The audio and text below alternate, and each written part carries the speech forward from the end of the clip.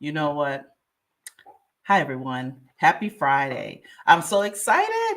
We're going to have an amazing time today. Listen, I have such a great speaker. But before we get started, let's go ahead and get the pleasantries out of the way. Hey, everyone. My name is Uche Anye Maple. I am the founder of the Women Who Lead Network. And in this network, we talk about, and on this community, we talk about leadership, entrepreneurship, and purpose driven life. We talk about anything from what it takes to be a leader to how you start your business to how you are living a purpose driven life, how you're able to get your purpose, and what does that mean. Come back every week because we release a new video every week on Thursday at noon. And today, with further ado, I have Miss Shalana Poole, and I'm excited that she's here. Everyone, give her a warm welcome. Hello, hello. How are you? How are you I doing? am phenomenal and nothing less. How are you? I'm great. Good. So, listen, we have been trying to book this for a long time, A y'all. long time. And that just means that we have a lot of great information, and it's going to be one of those most talked about conversations for years to come, just because of all the stuff we had to go through just to get here. All that means is that we are persistent, we are driven, we don't take no for an answer. Even if the universe tries to shut us down, it's not happening. So, It's yeah. not happening. So make sure you be sure to like, subscribe, and make comments as well. All right. So Shalana Poole, Yes, ma'am. can you please tell our audience a little bit about yourself? Oh my, this that could take up the whole time here. So I'll go as short as possible. As long as possible. So I am Shalana Poole. I am the co-founder of Flashpoint Financial Services, which is a financial planning and investment management firm. It is my second career. I did spend a decent amount of time as a software engineer in Tucson, Arizona, and I made that leap, if you will, gosh, 17 years ago.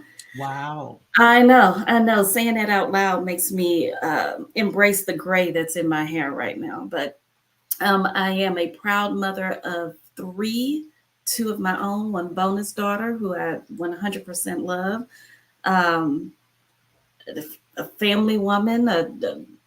I do it all. I think I wear every hat that could possibly be worn. I love it. Shalani, now you said you made a transition 17 years ago. Mhm. Yes, ma'am. So for those of you who don't know, Shalana and I went to both Prairie View A&M together. Yes, Um, PV. yes, No. and we actually started, like, your first company was my first company as well, Mm-hmm, and mm-hmm, both of us are engineers. mm-hmm. And when Shalana talks about that transition she made, she transitioned from engineering into the financial space. That is correct.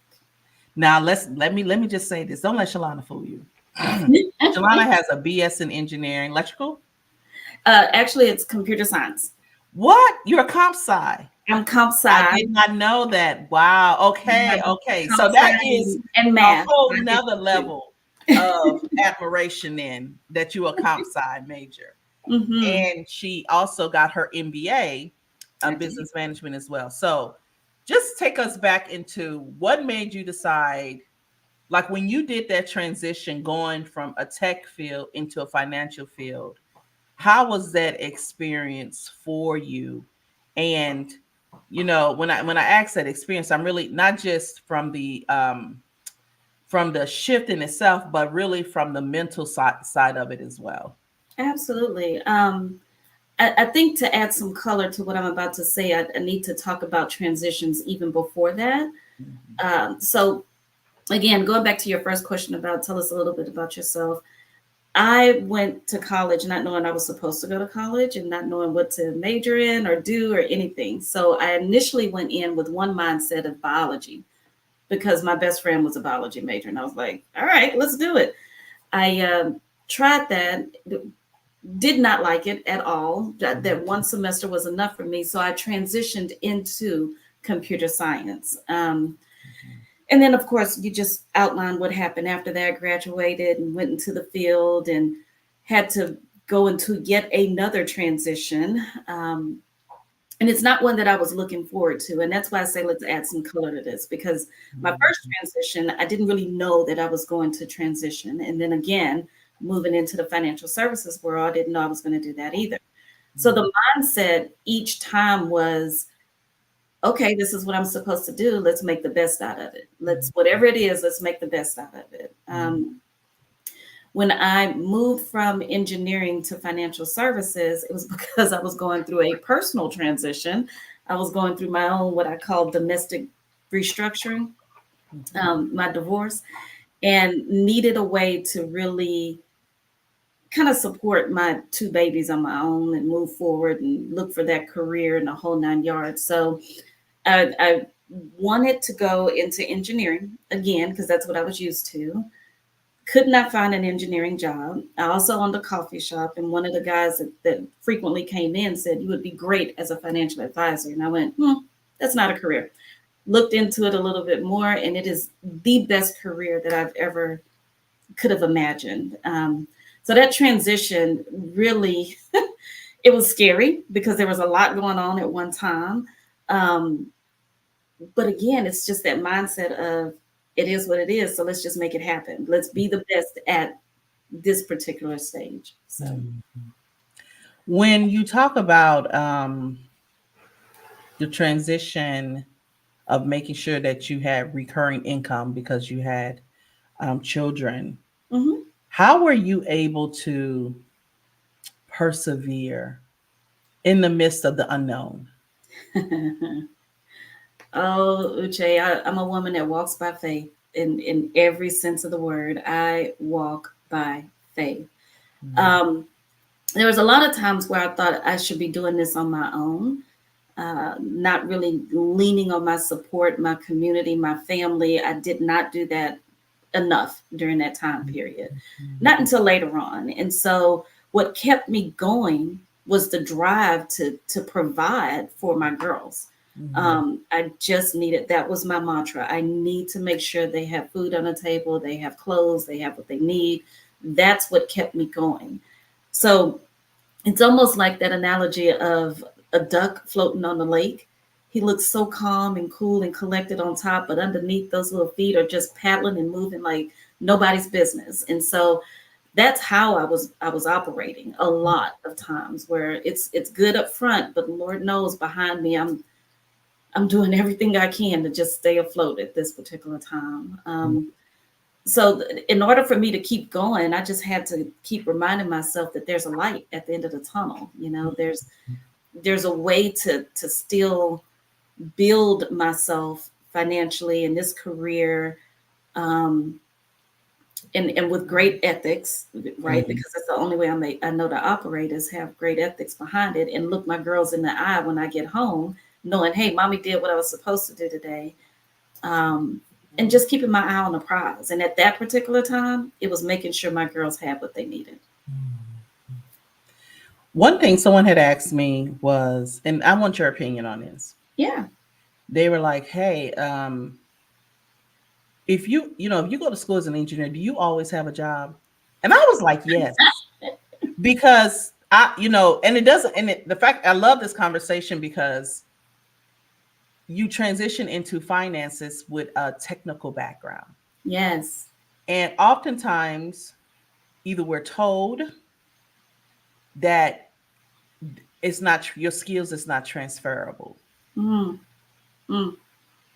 What advice would you give someone if they are in this position as well, right? Because we know that the job markets, people are being laid off and they have a technical background. They're like, hey, I can't find anything and I'm unsure that my skills are transferable. I say challenge that. Challenge that significantly. Looking back on all the experiences I've had, one thing I could say is don't put yourself in the box. When you think your skills aren't transferable, you're putting yourself in that box. What does it take to have that technical mind? It takes details, it takes the thought of curiosity, because we just have to know how something works. We have to know how to put it together. Both of those, just those two in and of itself, from a technical mind are transferable to so many other disciplines because so many other disciplines need that. If you think about it, an artist, right? An artist is very detailed in their space. They're curious. What can I do with this? If you have a technical mind and you have those two qualities about you, you can transition over into art if that's what your heart desires. You completely stepped out of that normal box and thought, I can use what I have right now to be the best artist out there, Yep. right? Which is two completely different fields. Same thing with financial services. Does it take someone that enjoys numbers? Absolutely. It takes someone that enjoys numbers. But what it also takes is someone who's curious, someone who wants to understand the details behind how to help somebody get to that next phase financially without just looking at the investment on top of the surface here, right? You have to be able to look at every skill that you have and pull yourself out of the box and say, there will always be a job for me. When you say, when you tell yourself my skills aren't transferable, it means you don't understand your skills. So understand your skills and how they position themselves or how to position those skills in the next industry. It's Mhm. not just that industry that needs you. Mhm. Oh, come on. So I love that. Thank you for that. Mhm. When you transition into the financial space, what was two or three things that startled you that you was like, why didn't anyone tell me this? Um, there are transitions within the financial services industry portion of my career, um, in and of itself. And each time I learned something new. Mm, So one of the things that really kind of opened up for me was the sky's the limit, right? There are so many different ways that you can structure your income. It's not just W-2 income. There are investment options that are available to all of us that we don't know to look for.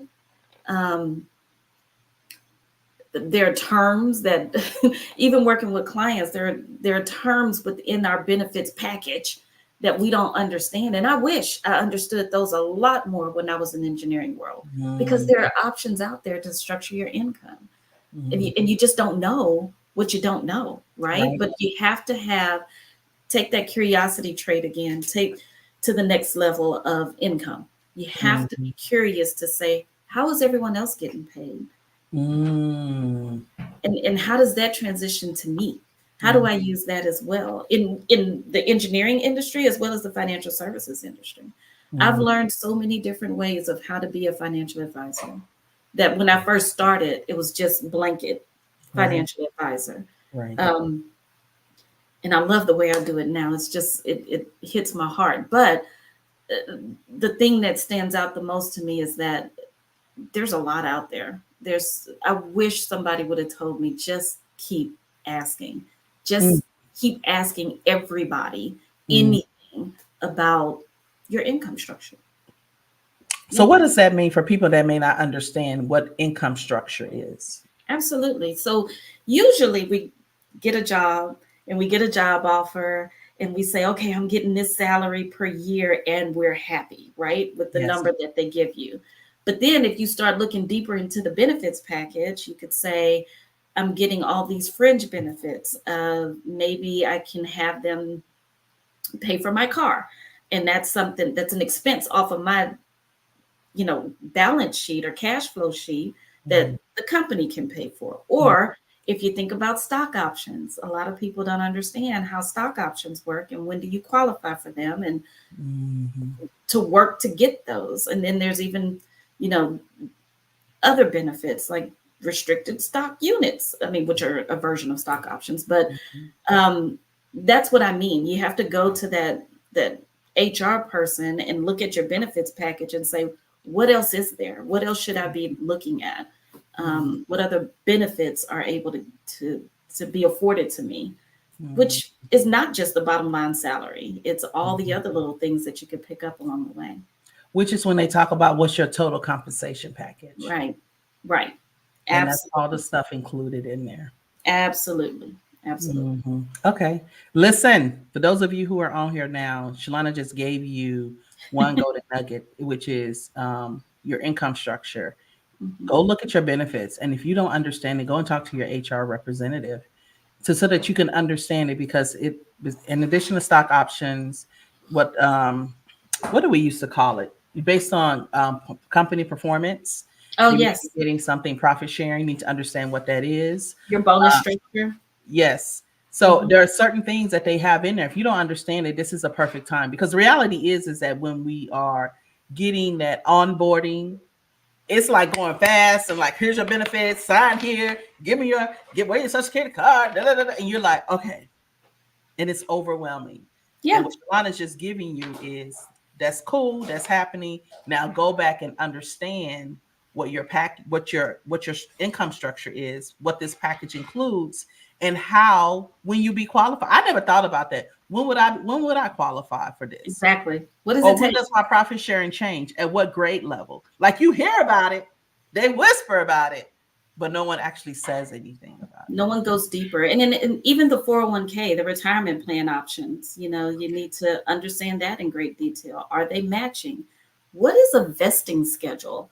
Oftentimes, I have people that don't even understand what a vesting schedule is. And that's okay it. Yes, that you don't, yes. but you just have to ask, what does that mean, Mm, down the line? mhm. Another So when benefit. when you found this information after you had left engineering, what were you saying to yourself? Like, In the world, how was I held back? Why didn't I know? The person that was my mentor should have done a little bit more than no. But you don't know what to ask. you You don't know don't what that know. You're just so excited, especially when you get that first, you know, adult job right out of college. You're so excited that all the hard work you've done it's paying off and you have this wonderful career in front of you, but you have no idea what that career can open up and do. Like none. At least in my experience, I didn't is. know the road that we could travel Mhm. and didn't know Or what. even that relocation package. Listen, Right. that relocation package, you have to like read it with a. I get this. Wait a minute. This is amazing. But then the other part too, Jay, is that when you get that offer and you're excited, this is amazing, everything's golden and rainbows. I think people should just take a moment before they accept it and ask themselves, what else? What else? You don't have to accept the first offer. Ask what else? What else should I be looking for? Talk to a colleague. Talk to somebody that's already at that job, that employer. What else do I need to be looking for? Is this something that you help clients with, Shalana, or is this extra services? It's extra service. It's Okay. kind of I've morphed. I've morphed a lot. So being a financial advisor, what most people think of is somebody that's going to help you pick your stocks, bond, mutual funds, etc. The investment of the moment. I have completely morphed and added so many other services on top of this, where financial planning is a major portion of it. And financial planning for most people is okay, show me how to get from point A to point B with my retirement plans, with my college savings. The extra service that I even layer on top of that is okay, what's going on in your life right now? How do I help you understand what's in front of you? And yes, there are people that get job offers and say, I have this offer and that offer. What should I do? Help me understand what that looks like.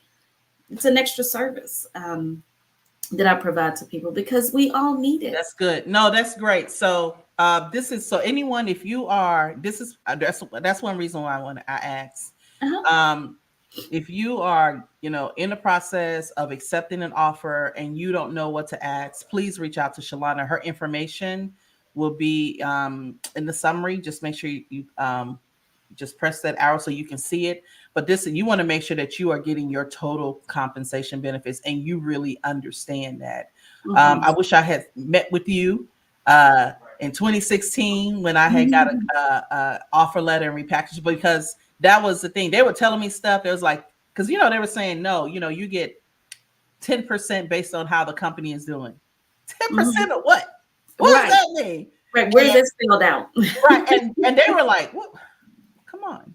I mean, they were like asking, looking at me like you should know this. And I was like, Right. dang, I don't know this. And, or, we will purchase your home and both. And I was just like, what else could I ask for? I didn't Exactly. know. But this is good information. I didn't know you did that, Shalana. So thank you for that. That is, Yeah.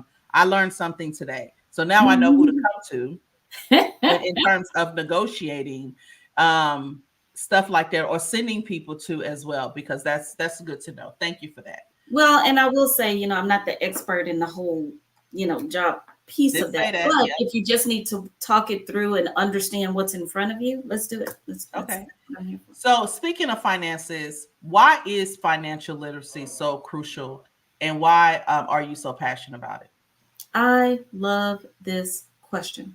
Um, if you think about it, Uche, financial literacy is the core of our country, of our existence in operating in our country. You can't do much of anything unless you're moving. It's a capitalist society, basically, Mhm. right? And if you don't understand how money works, then you're working against society and you're working against yourself. Um, I did not know that. I didn't know a lot about money growing up, and a lot of us don't. We take what we have and we make it work. But if we take what we have plus add education on top of that, then we really start to win at that point. And I'm Mhm. not advocating, let's be the richest person in the world in financial terms. I'm saying let's be the richest person in the room from a knowledge perspective, and Mhm. having that financial knowledge in front of you can help you make some decisions in life that will put you in the next phase of where you want to be. I look at my girls, for instance, and really try to help them understand why they're working. Why does mommy work? Why is this even important? And again, it's not because we want to have all the best toys in the world, but it's because you want one less stress off of you. There are Yes. some statistics out there, and I won't start throwing numbers out there, but we all know that one of the biggest reasons that lead to domestic restructurings, divorces, is Mm. finances. Yes. And Yeah. if someone would have sat down with XYZ couples and said, listen, let me help you understand finances from your perspective. Let me help you understand finances from her perspective. Let's blend this together. Maybe we have a few less, divorces out there. Maybe. Or at least that stress level on the marriage would go away and you could focus on other things. Stress in Mhm. raising kids, stress in everything else that you want. But at least that having financial literacy takes away a level of stress, which leads to a healthier lifestyle, right? Less Yeah. stress is health. Yeah. It equates to health. So, Mhm. Yeah, that's important. One, not really understanding finances, not being financially literate, and then two, um, being in a family, even being alone with kids, that is a stressor on itself. right, And when we don't know, we just think we need to go find a job just to bring some money in, but we're gonna always be in that rat race all the time. right. Um, and I heard this saying, it was like, you hunt when you're younger, you enjoy the spoils when you're older. I like it. And Mhm. and you're right, because that's the thing. Because the older we get, listen, I'm out of breath, I'm tired, I need to take a nap. Nap time is important. We should not have taken that away after elementary school. Nap time should remain on the books All the time. So all the I time. can't continue to run like I did in my 20s and my 30s and my 40s. Let's Right, just even say 50s. Because at some point, I want to be able to just enjoy it, right? While I can enjoy it. right, Period. So right. yeah, thank you for that. Um now how do you Now, if you don't mind me interrupting for a moment, though, when you are hunting, you can still enjoy. Mhm. That's the part of financial literacy that I think is missing as well. I mean, I think a lot of it is missing, but if you understood how the money works for you at each stage of your life, you can still have an enjoyable life. Just make the money work best for you. But you just have to be literate on how to make that happen. So, Okay. So if someone says, "How can I enjoy?" What does that mean? For most people, it's a matter of priorities. It's a matter of what brings them joy, and taking the blessings that you have been given financially, so that income, and structuring it in a way that you're still able to satisfy your obligations, but also able to chase your passion at the same time. A lot of us, and I'm speaking in general, Americans across the board, we take that income and we spread it across so thin that we miss the passion piece over here, and we just keep that passion out in the wind and think one day I'll get to it, one day I'll get to it. Where if you actually include that in your regular financial cash flow, it brings you joy and peace at that time, even when you're in your hustle mode. You can hustle and still carve out a little bit of income to enjoy your passion at the same time. It's just how are you structuring your income to do that? How you structuring your income? Okay, so what would that look like, Shalana? So someone who is, and I'm not saying you give out all your great nuggets and information, but someone who is 25, let's just say let's say 45, let's just say 45, right? Mhm, People who've been working 20 years, mhm. they probably have a 401k. Let's just assume they have a 401k, and they're Okay. like, listen, I need to make sure that I have the life that I want, but I need more than my 9 to 5 income. Like, Okay. how do you, and when I say life I want, they don't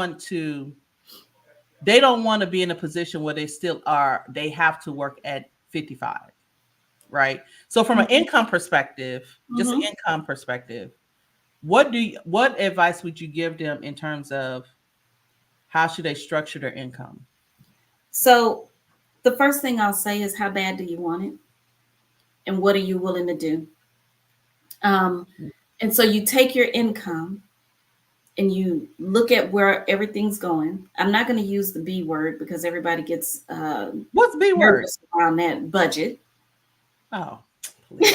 There's nothing to be nervous about. That's the truth. But I'm saying it creates a feeling of negativity when people use that, when they Mhm. hear that term. So, I mean, the bigger thing is, how are you spending your money? When you have your income, and let's just say it's 100,000 a year, after taxes, we're looking at 70,000. I'm being generous Yes. because you have 401k savings and all this stuff. Anyway, Yes. let's just say 70,000, Mhm. and you put that in monthly numbers, right? That's $5,800 a month. How are you spending that $5,800 a month? If every dime is going to right here, right now, even if it's going to Target because you're comfortable going to Target every other day, or Starbucks, how are you spending that? And if what you want is not a part of that cash flow, Yes. then Yes. you need to adjust your cash flow. And Yes. if that means, if somebody's looking at their income and they're saying, good gravy, that's $5,800 a month. My mortgage slash rent is $2,000. That leaves me with $3,800 a month. And I have my car note and insurance and this. The one thing I would say is, if you really want that life that you're looking for, how bad do you want it, and what changes are you willing to make? Maybe Mhm. you don't need a mortgage that's $2,000 a month. Maybe we downsize for a little bit, Ooh. which is difficult, right? Yes. Yes. How bad do you want it, and what changes are you willing to make? And Mm, that's the part that we all struggle with, right? mm. Some of us struggle with, just to put it out there, our weight. A lot. How many times do you hear people say, I wish I could lose, I wish I could Yes. lose? And Yes. there are certain obstacles that people have to go through that makes it harder to lose. I get that. But Yes. then there's that one piece that says, what are you willing to do Yes. to get to that end goal? Mhm. Personally, I'm horrible at it. I'm horrible at working out and eating all the right foods. I love French fries. That's the problem. And I Mm, love to eat. mm. Am I willing to change that to get to whatever physical structure I'm trying to get to? Yes. Sometimes yes, sometimes no. The same mentality questions go to your finances. Are Mm, you willing to make that difficult change to get to where you need to go? That's the difference. yeah. One of my so I have a love-hate relationship with the DoorDash app. So after I finish ordering, I delete the app And then we re-download it. because I'm like, listen, you gonna make this difficult for yourself if we gonna do this. Exactly. But it wasn't until I looked at how much I had spent in the Yep. last quarter this year, and I was like, okay, we got to stop this. Yeah. This is unnecessary money that you're giving away. And it's keeping you from where you say you want to be. Yes, ma'am, it is. And so it's a reality check for anybody who says, I want this in the future. Look at how you're spending right now. Do That's your right. cash flow right now and be honest with yourself. That's the thing, is being honest. Or and that's hard. It is, because Right. when I look at how many things that we have subscribed to, and I'm like, okay, you don't need this app, you don't need this one, you don't need this TV app. I mean, streaming. And Right. that was, or and they're like, hey, we'll give you 3 months for free. I'm like, okay, we just do 3 more months. And then I'm gonna But cut it off. And I forget to cut it off. that's the key, right? I forget to cut it off. That's it. Mm-hmm. And I'm like, where does bill come from? Mm-hmm. So I can be honest, it is hard facing. It is hard facing the things that we need to change. However, 100%. um, if we really are serious about living a life that we desire, we're going to have to make the hard choices now so that we can enjoy those luxuries later. 100%. Yeah. That's exactly what I'm saying. Yeah. Yeah. Oh, Shalana. Now I gotta go back and go look at my stuff again. Actually, and let me ask you this: do you ever have? I'm going to use the word budget parties. Do you ever give those at all? Budget Where, party. yeah, where people come and you teach them how, if they're saying, "Hey, Shalon, I have this goal that I want to reach." You're like, okay, well, these are things that we need to start with. Do you ever have any of those type of things at all for So not clients or on a movie group. clients or anything like that? Yeah, I don't do that on a group basis, or let me rephrase that. I have not done that on a group basis because Okay. it's so personal for people. Mhm. But one-on-one, absolutely. Okay. Let's go through that. Let's figure out Okay. where we can shave and how we can get to where we need to be. Okay. All Mhm, right. That's good. That's good to know. Okay. mhm. Um, so what advice? Well, so in the midst of everything you're doing, how do you practice self-care for yourself? I had to learn how to do that, as most of us do, right? Mhm. I literally had to learn how to do this. Self care for me, we kind of teased it a little bit earlier, but is nap time. Yeah, man. And nap time could be after work, laying down and I just need a moment. Just let me Yeah. have a moment. That's self care. I've learned to, it was a hard one, but I've learned to just kind of stop. And my husband, amazing man, he brings that into my life. Stop for a minute and let's just go enjoy what's right outside. And so he does a lot of um, planning for us to be able to just enjoy life. And so outside of my naps, what I've learned to do is just to kind of accept that and say it's Mhm. okay to Mhm. enjoy the moment. So Mm. even if we go to the park or if we do something huge, we love to travel. We love to travel. Mhm. Um, Whatever it happens to be, I allow myself to enjoy the moment Mhm. with him. And then cooking with my girls. I love to cook with them. They do What are more. you cooking? No, they doing the cooking now. Okay. I've done my part. So, but just being in the kitchen with them is fun too. Mhm. How long did it take for you to be able to, from a financial standpoint, accept the current state that you were in so that you can move forward? And I mean, I'm talking about finances wise. Like, I don't have enough coming in versus what I have going out. I have to make this shift. Like, how long did it take for you to finally accept internally, like, this is my current reality? It was quick. So I'll go back to that initial transition from engineering to financial services. And literally, Uche, I was not making any money. My income just kind of fell off a cliff. So I had to accept this is what I have. And as the income stream changed, I think I'm fortunate enough to be able to change my mindset with that, in the sense of I don't need a whole lot. I don't need to take advantage of the income that's coming in. I just want to make sure I'm using it to the best of its ability. So for me personally, it's not a hard shift every time there's a change, and there have been multiple changes. Um, Getting remarried, now I'm combining finances, and I've gotten to my very strict way of this is how I'm managing my life. And now the husband comes in, and we're having to figure that whole thing out. That took a shift, but the same mindset was I'm just here to make use for what I have right here, right now. I don't want to take advantage of this, because my mindset is it can be gone. It can leave, and that's what drives me too. Is that I don't want to overuse what's currently in front of me, because one day it couldn't be here. I could get disabled, and now my income structure is gone. You know. Yes. Okay. Thank you for that. Yeah. So it's okay if it's not an overnight thing. Oh yeah.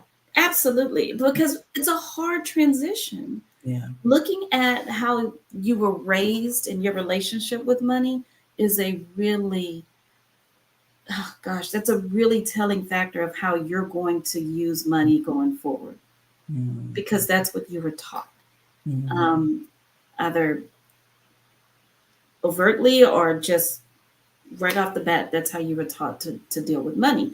And so it takes time to unwind that and create your own relationship with money. And mm, every transition that you have, from career to new job to life changes, takes time to unwind and regroup. And mm, that's okay. As long as you're doing it, that's okay. mm, mm, mm. What advice would you give um, single working moms who are concerned about the future from a financial space? What advice would you give them? Give yourself grace. You're doing it. You're doing it. Give yourself grace. Don't be too hard on yourself at all. As a mom and a single mom, whether you want this role or not, you are the light for your children. You're the guiding light for your children. And so they are looking to you as how are they going to handle life and finances if ever they were in that situation. And Mhm, so if you're worried constantly about the future, it takes away from where you are right here. And that's what you're showing your kids of what to do as well. And I'm not a psychiatrist or anything of that nature, but it's true. It does mhm, happen this way. mhm, Um, and if you're worried about your future going forward, I sound like a broken record, but literally look at how you're spending your money right now and start squirreling away something for the future when mhm, things do change. Um, I had this 80/20 rule that is used throughout the industry in so many different ways. I didn't realize that. This is one of those things that no one actually taught me. It's just something popped up and said 80/20. And mhm, so when things were at their worst for my girls and I did everything 80/20. Everything. Everything that came in, 80% of it went towards all my financial responsibilities. 20% I would squirrel away like a little nut. I would just squirrel it away. And Uche, I'm serious when I say if somebody gave me $1, I'm taking 20% of that and I'm putting it away. I was very mhm, disciplined about that. mhm. That literally helped change my entire world Wow. from an income and financial management perspective. Wow. So as a single mom, I mean, it's rough. It's rough in the trenches. I get it. I really get it. But you have to you have to play an emotional and practical role for yourself and your kids that yes, it's rough right now, but you know what? We're here and we don't have to do everything financial. to create happy memories right now. Let's go to the park and pick flowers. Let's chase butterflies. That costs nothing, but Yes. creates such a lifelong lesson for the children Mhm. of not letting money rule your emotional state Mhm. and setting yourself up in the future. Mhm. Not sure if that's the answer you were looking for. No, great advice. Thank you for that. Thank you for that. Great advice. Great Yeah, advice. yeah, That is, there's a lot of things we can do that doesn't cost money that allows us to create memories, memorable memories. absolutely, Yeah. absolutely. Yeah. Um, And you can still save again that whole, and you set your percentage on what's comfortable for you, but 80/20 works. I know it firsthand. It works. you know, have you read the book The Richest Man in Babylon? I have not. I'm taking note of it. Yeah, pretty much what you talked about. It's really about how you create wealth and your distribution of money, but it talks about just that in itself, about what Mm, you just mentioned, 80/20. does it Um, really? That's interesting. yeah, I mean the 80% absolutely, but the 20% it depends on how you want to manage it. But 10% of it goes towards you, and I Hmm. think the other 10% is what you use to um to distribute so that you can bring money back to you, right? If you're Right. selling something or something like that. But it's a good book. But thank you for that. So that just means that these practices are out there, but we have to be disciplined enough That's the to do key. it. That you And have to have the discipline. yeah, Hmm. thank you for that because I got to be honest, it is hard, Hmm. with being disciplined in terms of money. And it's even harder being disciplined when you're used to a certain way of life with having Yep. a certain income and when that gets reduced. And Absolutely. yeah, you're like, oh What just crap. happened? What Yeah. just happened? And then the other thing too, Uche, is that you don't have to do it alone. Yeah. And Get we it? do it alone. We We do it do it alone. alone. We And do you it. asked earlier, what are some of the things that I've learned? And I mentioned I didn't lean enough. I need accountability partners. I Yeah. need someone to just kind of say, hey, have you done this? Did you look at your finances this way? Or how are you doing in that space that you're trying to work so hard on? How are you doing? Mm, Have that accountability partner. Let it be someone that's in that profession that helps, mhm. and is constantly learning new tricks of the trade. Yes. And also let it be a trusted non-professional person, just as Mhm. long as you have someone to hold you accountable that you trust. Okay. Okay. Any last words? Anything else you want our listeners to know? Well, in the vein of the network here, Women Who Leap, I would say I'm proud of all women who leap. And even if you stay within the same industry and you're leaping from one position to another, I mean, think about it. You start out at the level one and you can go up to senior management. That's a leap in and of itself. Yeah.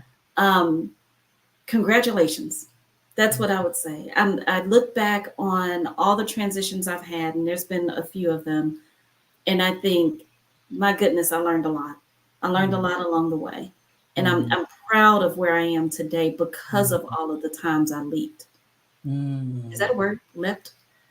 Took a leap? Took a leap? Okay, we'll do that. No. Yes. Yes. So Thank you for just that. be gracious and think outside the box. Mhm. You have the skills. Just put them Mhm. to use where they bring you joy. Okay. You heard it from here. Shalana, thank you so much. I'm going to take you off while I close. Yes, ma'am. Thank you.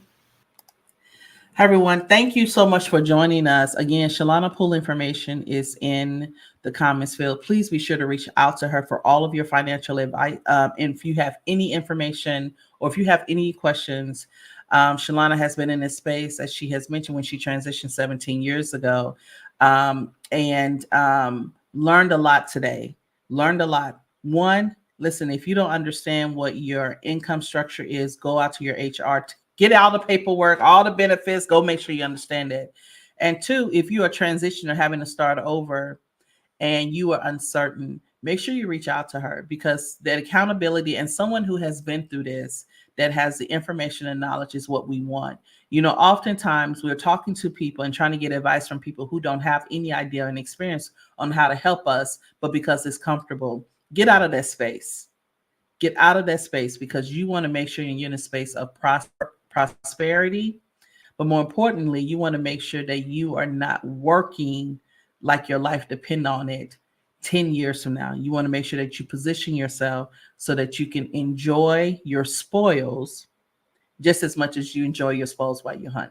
Everyone, thank you for joining us at the Women Who Leap Network. My name is Uche Anye Maple. I'm a leadership development specialist, and my goal is to make sure that we merge social psychology and leadership to create and generate the next generation of leaders in the aerospace and defense space. Everyone have a good one, and thank you so much. Bye.